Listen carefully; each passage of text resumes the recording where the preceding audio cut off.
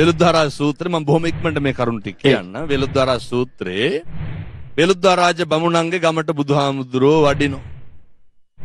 වැඩියට පස්සේ බමුණෝ අහනවා බුදුහාමුදුරුවන්ගෙන්, බුදුහාමුදුරුවනේ මේ අපිට ඔය බණ තේරෙන්නේ නැහැ. ප්‍රශ්නේ සරලයි.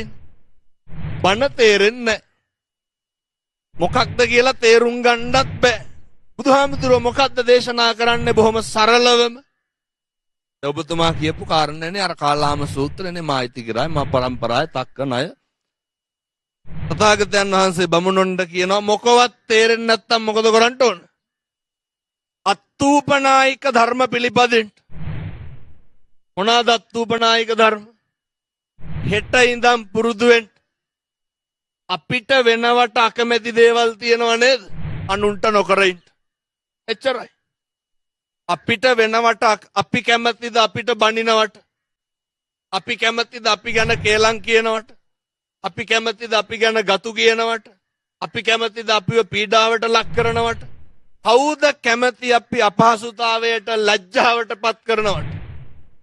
ඉගෙන ගන්න. ජීවමාන බුදුහාමුදුරුවෝ වැඩ ඉන්න මේ භූමියේ ඉඳන් අදිෂ්ඨාන කරගන්න. හෙට ඉඳන් අපිට වෙනවට අකමැති දේවල් අනුන්ට කරන්න එපා.